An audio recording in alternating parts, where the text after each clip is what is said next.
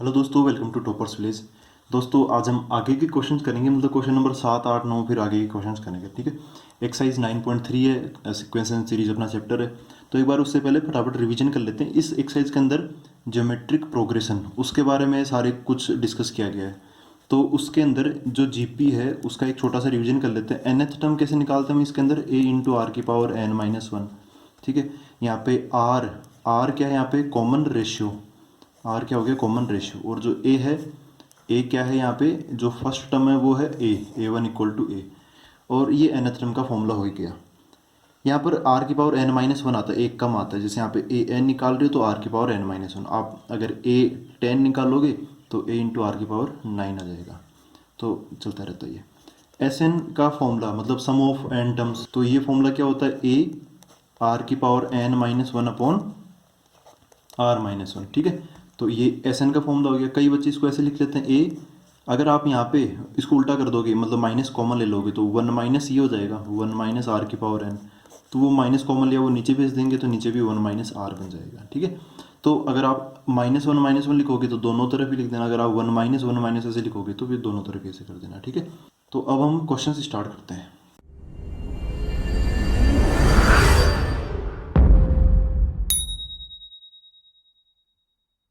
तो देखो दोस्तों, यहाँ पर बोला है find the sum of indicated number of terms in each of the geometric progressions in exercise 7 to 10।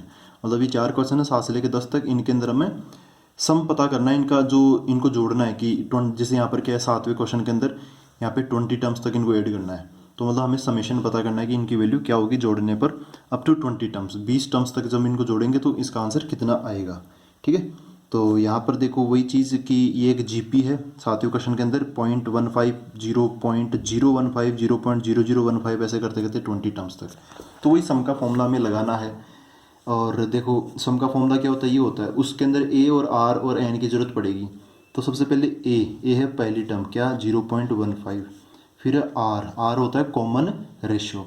तो कॉमन रेशियो कैसे निकालेंगे, दूसरी टर्म में मैं पहली टर्म का डिवाइड कर दूंगा 0.015 अपॉन 0.15। ठीक है। तो अब इसको ना अब ऐसे सोल्व कर लेते हैं, जैसे इसका आंसर कितना आएगा, 0.1 आएगा। क्यों, एक तरीका तो ये है कि आप इसका पॉइंट पॉइंट हटा लो।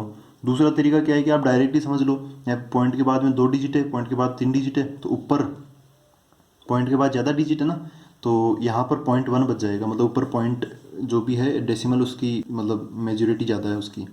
तो यहाँ पर देखो इसको दूसरे तरीके से ऐसे कर सकते हो, आप पॉइंट हटाओ तो 15 ऊपर और इन नीचे पॉइंट हटाएंगे तो 15 नीचे, मल्टीप्लाई बाय पॉइंट हटाएंगे तो यहाँ पे 3 जीरो नीचे की तरफ लग जाएंगे, और नीचे वाला पॉइंट हटाएंगे तो 2 जीरो ऊपर की तरफ लग जाएंगे। ठीक है। बाकी सोल्व करोगे तो फिर 2 जीरो से 2 जीरो कट जाएगा और फिर नीचे 1 जीरो बच जाएगा, तो वो 0.1 ही आ जाएगा। खैर, एन की भी जरूरत पड़ेगी तो एन यहाँ पे 20 टर्म्स, तो यहाँ पे 20 एन की वैल्यू बन जाएगी।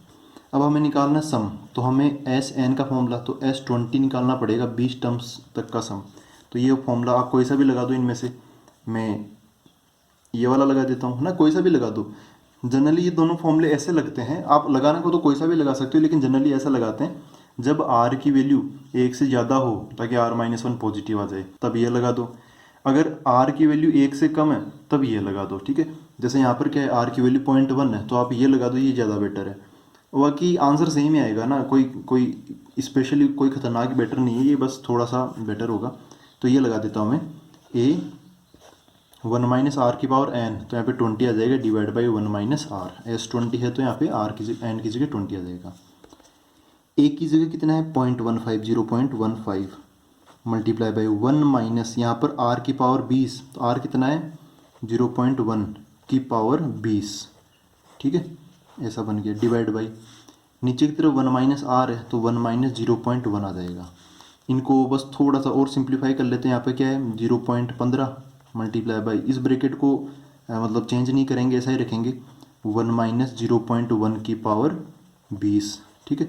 नीचे की तरफ क्या आएगा, देखो इसको माइनस करेंगे तो 0.9 बच जाएगा।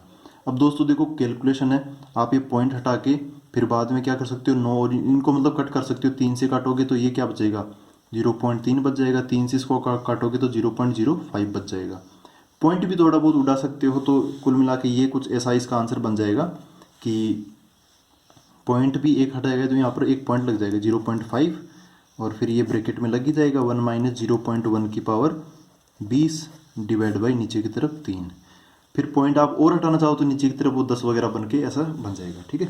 खैर आप आगे जितना सोल्व करना चाहो उतना करते रहो, लेकिन इसको मत खोलना 0.1 की पावर 20 को, ठीक है। बाकी इतना ही इसमें सफिशिएंट है। अब देखते हैं क्वेश्चन नंबर 8। तो दोस्तों ये है क्वेश्चन नंबर 8। इसमें बोला है √7 √21 3√7, फिर करते करते एन टर्म्स तक। यहाँ पर क्या है, एन का ही नाम लिया है, ऐसा नहीं 20 टर्म्स 30 टर्म्स सोर्स टर्म्स है ना, तो एन ही बोल रखा है तो कोई दिक्कत नहीं है। पहले आप ए पता कर लो, √7 आ गया, और अब आर पता कर लो। तो आर कैसे करोगे, A2/A1 मतलब √21/√7। तो √21 के एक बार फैक्टराइजेशन कर लो आप, √7 इंटू √3 आ जाएगा रूट के अंदर ही, और नीचे की तरफ क्या है √7। तो 7 से 7 तो कट जाएगा, रूट के अंदर ही ना सारी कैलकुलेशन। √3 फिर भी बच जाएगा, तो यहाँ पे आंसर क्या आ गया √3। अब हमें एन टर्म्स तक निकालना, तो SN लगा दो, क्या बन जाएगा A। अब देखो यहाँ पे आर की वैल्यू क्या है √3 है, तो एक से ज़्यादा है ना, तो आप चाहो तो कोई सा भी फॉर्मूला लगा सकते हो, लेकिन आसानी इसमें होगी, आप इसको प्रीफर करो यहाँ पर, आर की पावर n-1/r-1।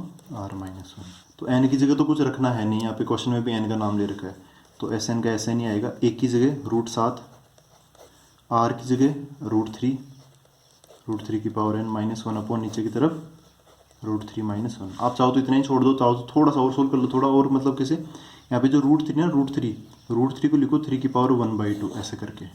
तो SN क्या बन जाएगा, यहाँ पे √7, यहाँ पे देखो ये है 3 की पावर 1/2 और बाहर है n, तो 3 की पावर n/2 बन जाएगा, -1 अपॉन नीचे की तरफ √3-1। ठीक है, बस इस √3 को ही मैंने चेंज किया है, क्योंकि इसके बाहर n खड़ा था ना, इंतज़ार कर रहा था, तो हमने चेंज करके दोनों को मिक्स करके n/2 लिख दिया, ठीक है। बाकी आपकी मर्जी, आप किसी को सोल्व करना चाहो किसी को भी कर लो। तो यहाँ पर अब हम इस क्वेश्चन को छोड़ रहे हैं, अब आते हैं क्वेश्चन नंबर 9 पर।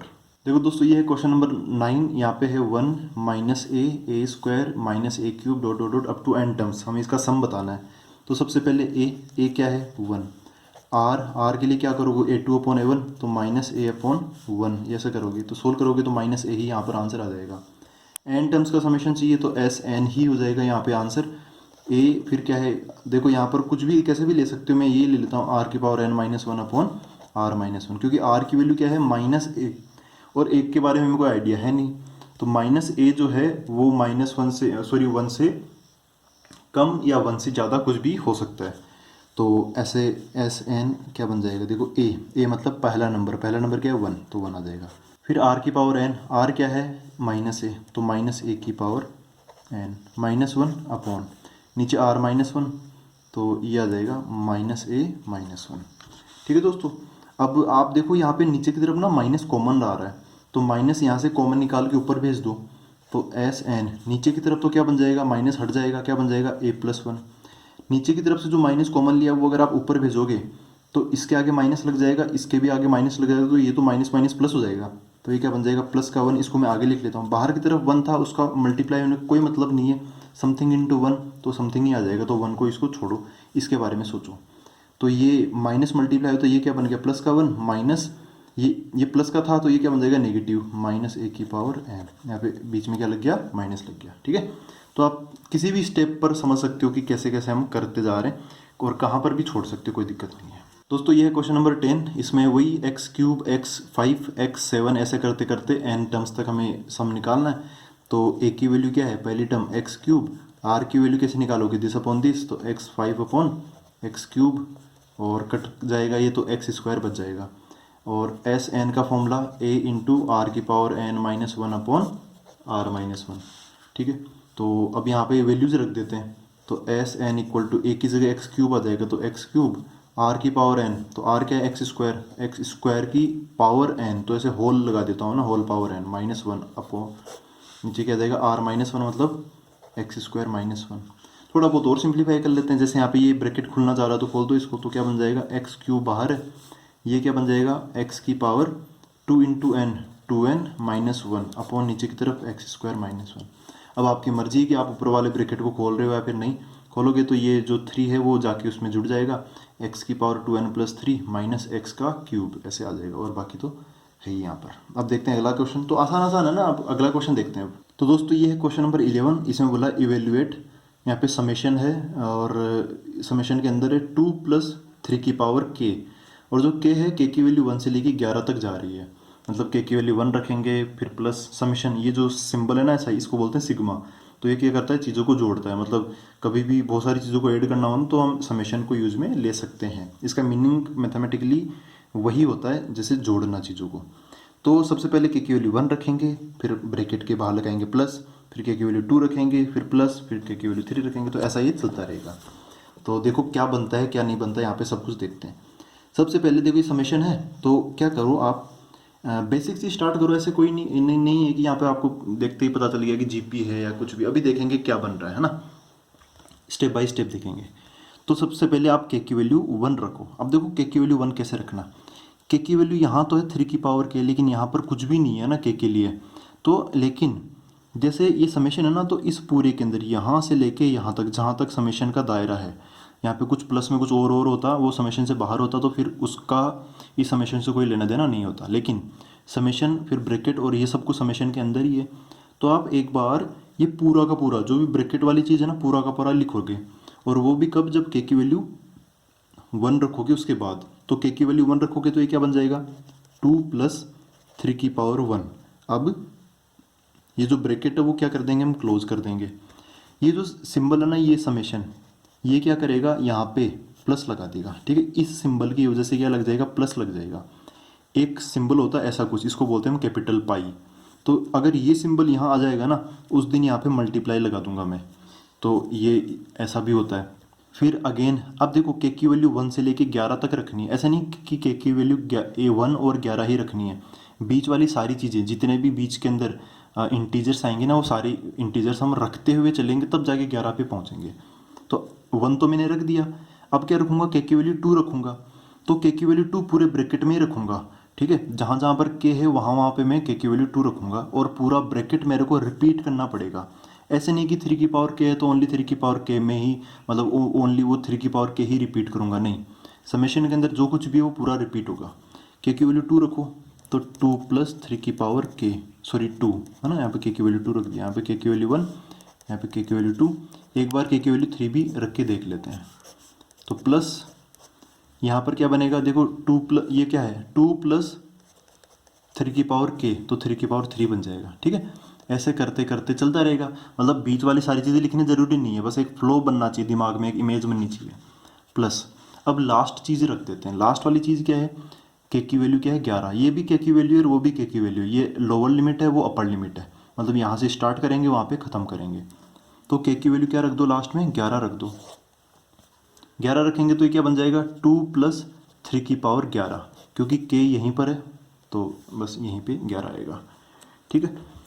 अब दोस्तों यहाँ पर ना आप चाहो जैसे सोल्व कर सकते हो, तो मैं ऐसा करूँगा कि भाई यहाँ पे जो जीपी वाली जो चीज़ है उनको तो अलग कर लूँगा, जीपी वाली फैमिली को, और जो जीपी वाली फैमिली नहीं है उसको अलग कर लूँगा। कैसे, यहाँ पे आपको हर ब्रैकेट में 2 2 2 2 2 दिखाई दे रहा है, तो इस 2 को तो अलग कर लूँगा, 2 + 2 + 2 + 2, ठीक है। प्लस यहाँ पे जो 3 वाली फैमिली आ रही है, हर ब्रैकेट के अंदर से 3 वाली फैमिली को मैं अलग कर लूँगा। तो यहाँ पे जैसे 3 की पावर 1 है, फिर यहाँ से कौन आ जाएगा 3 की पावर 2, फिर यहाँ से 3 का क्यूब, ऐसे करते करते वहाँ पर लास्ट वाले में क्या आ जाएगा 3 की पावर 11 आ जाएगा, ठीक है। और ये ब्रैकेट क्लोज कर दिया, समझ गए। तो ऐसे 2 ही ब्रैकेट बनेंगे, इनके अलावा और कुछ बनेगा नहीं। चलो दोस्तों यहाँ पर तो ना समझ में आता है कि भाई ये कितनी टर्म्स है, 3 की पावर 1 3 की पावर 2, ऐसे करते करते ये कितनी टर्म्स है, 11 टर्म्स है, क्योंकि लास्ट में इसकी पावर कहाँ तक जा रही है, 3 की पावर 1 से लेके 3 की पावर 11 तक जा रही है, तो 11 टर्म्स ये हो गई। ये कितनी टर्म्स है, तो ये 11, एक्चुअली ये ब्रैकेट कितनी, 11 ब्रैकेट है ना, तो ये 2 2 2, ये भी कितनी बार निकले होंगे, 11 टाइम्स निकले होंगे, या फिर आप वैसे बोलते हो 11 टर्म्स है, ठीक है।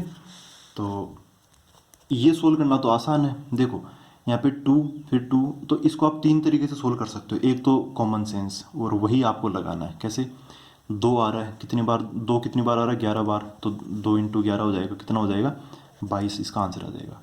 फिर आप इसको एपी भी समझ सकते हो कि भाई यहाँ पे 2 फिर 0 जुड़ गया, 2 फिर 2 0 जुड़ गया, फिर 2, ऐसे एपी, तो एपी वाला फॉर्मूला भी लग जाएगा। फिर इसको आप जीपी भी समझ सकते हो, जीपी यहाँ पे 2, फिर ये अगला वाला 2 कैसा आया, 2 × 1, फिर 2 × 1, फिर 2 × 1, तो 1 मल्टीप्लाई हो रहा, तो वैसे आप जीपी भी समझ सकते हो।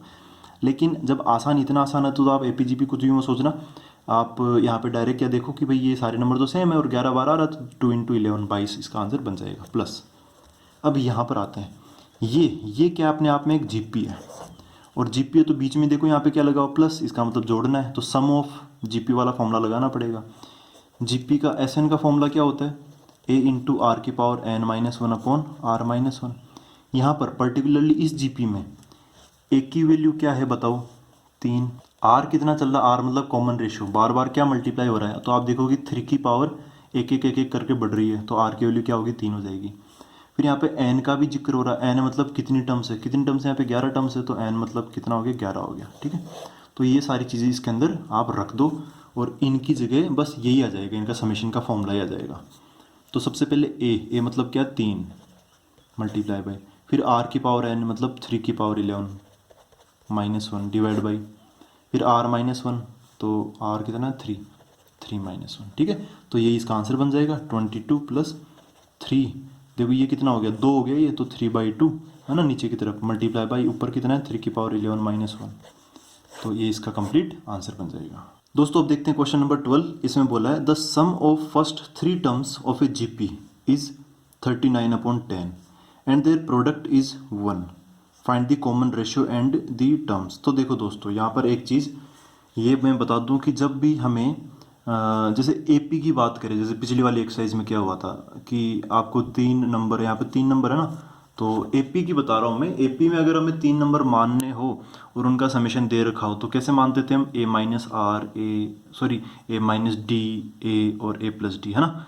वैसे ही जीपी के अंदर अगर आपको 3 नंबर्स अज्यूम करने हो और उनका प्रोडक्ट गिवन हो, तब बता रहा हूँ ना, प्रोडक्ट गिवन हो तब आप नंबर कैसे मानोगे, ए अपॉन आर, ए और ए आर। ठीक है, तो एक बार मैं रिवाइज भी कर दूंगा, क्वेश्चन मैंने लिख लिया है, तीनों का सम भी गिवन है, लेकिन मेन चीज़ क्या है जीपी वाले क्वेश्चंस में कि यहाँ पर उनका प्रोडक्ट जो है वो गिवन है 1, और वो गिवन होना चाहिए। देखो जैसे एक नॉर्मल जो जीपी होती है, तो उसमें क्या होता है, सबसे पहले ए आता है, फिर ए आर आता है, फिर ए आर स्क्वायर आता है, फिर ए आर क्यूब आता है, ऐसा चलता रहता है ना, ऐसे ही तो होता है। ए फर्स्ट टर्म हो गई और आर कॉमन रेशियो हो गया। तो अगर मैं उल्टा चलूँ, यहाँ पे ए आर क्यूब था, फिर एक आर कम हो गया तो ए आर स्क्वायर हो गया, फिर एक आर का डिवाइड लग गया तो ए आर, फिर ये आर भी कट गया तो ए, फिर अगर समझो कि इससे भी पिछले वाला नंबर क्या आएगा, ए अपॉन आर आएगा, इससे भी पिछले वाला number a upon r square आएगा, ऐसे चलते रहेंगे, है ना। तो अब जैसे यहाँ पे क्या दे रखा, प्रोडक्ट दे रखा है, तो प्रोडक्ट दे रखा, तो अगर आप ये 3 नंबर मान लोगे, इनको मल्टीप्लाई करोगे, तो मल्टीप्लाई करने के बाद में क्या होगा कि ए भी आ जाएगा, ए इंटू ए, और आर भी आ जाएगा, आर इंटू आर स्क्वायर, तो कुछ कटा नहीं ना। लेकिन अगर आप ये जो जीपी है उसके अंदर 3 नंबर ये मान लोगे, ये वाले 3 नंबर ए अपॉन आर, ए और ए आर, तब क्या होगा कि जब आप इनको मल्टीप्लाई करोगे तो आर से आर कट जाएगा, ओनली एक ही वेरिएबल यहाँ पे बचेगा। ठीक है, एक ही अननोन यहाँ पे बचेगा, तो कम से कम एक की वैल्यू तो अपनी फटाफट आ जाएगी, है ना। तो मैं कह रहा हूँ कि आप इनको नंबर्स को ऐसे ही मानो। ठीक है, ये अपनी थ्योरी थी, तो ऐसे हम इन नंबर्स को मानेंगे। यहाँ पे देखो 3 नंबर है, A1 A2 और A3, तो A1 को क्या मान लूँ मैं, देखो यहाँ पे A अपॉन आर, है ना, ऐसे लेट कर लेता हूँ, और जो A2 है वो दूसरा वाला A मान लेता हूँ, और जो A3 है उसको मैं AR मान लेता हूँ ना। A2 को मैं A मान लिया और A3 को मैंने AR मान लिया। यहाँ पे A और R अभी देख लेंगे ना सारी चीज़ें। अब हमें जैसे R की वैल्यू बतानी है, कॉमन रेशियो, तो इनके अंदर भी आप देखोगे ना, इनका भी जो कॉमन रेशियो होगा, तो कॉमन रेशियो क्या होगा, यहाँ पे आर आर आर बढ़ता जा रहा है, तो कॉमन रेशियो इनका आर ही है, और हमें ये आर बताना है। टर्म्स क्या है, तो वो टर्म्स तो फिर ए अपॉन आर ही पूरी वैल्यू भी निकालेंगे, उसके लिए हमें ए भी चाहिए। अगली चीज़ यहाँ पे देखो प्रोडक्ट दे रखा, तो अब हम काम स्टार्ट कर देते हैं। जो गिवन है वहाँ से चालू कर लेते हैं। गिवन क्या क्या है, यहाँ पे उनका प्रोडक्ट गिवन है, तो देयर प्रोडक्ट इक्वल टू कितना है, 1 है, तो मतलब A1 into A2 into A3 कितना है, 1 है। A1 इंटू A3 की वैल्यू रख देता हूँ, ये वाली A upon r multiply by A2, A multiply by A3, AR बराबर 1, तो R से R कट गया ना। ये फ़ायदा एक मिल जाता है हमें, कोई बहुत तगड़ा ही फ़ायदा भी नहीं होता, लेकिन हाँ थोड़ा सा मिल जाता है ना, थोड़ा बेनिफिट हो जाता है। A इंटू A कितना हो गया, A क्यूब हो गया, इक्वल टू 1 हो गया। अच्छा, A क्यूब इक्वल टू 1 है, तो A बराबर क्या हो जाएगा, 1 ही हो जाएगा ना। ए का क्यूब 1 है, तो आप ये क्यूब को उधर भेजोगे तो 1 का क्यूब रूट हो जाएगा, तो वो 1 ही हमें वापस मिल जाएगा। तो ए की वैल्यू क्या मिल गई, 1 मिल गई। अगर मैं ए की वैल्यू 1 यहाँ से उठा के वापस इनके अंदर रखूँ, तो जैसे ए अपॉन आर है तो ये क्या बन जाएगा, 1 अपॉन आर बन जाएगा। ये ए है तो ये क्या बन जाएगा, 1 बन जाएगा।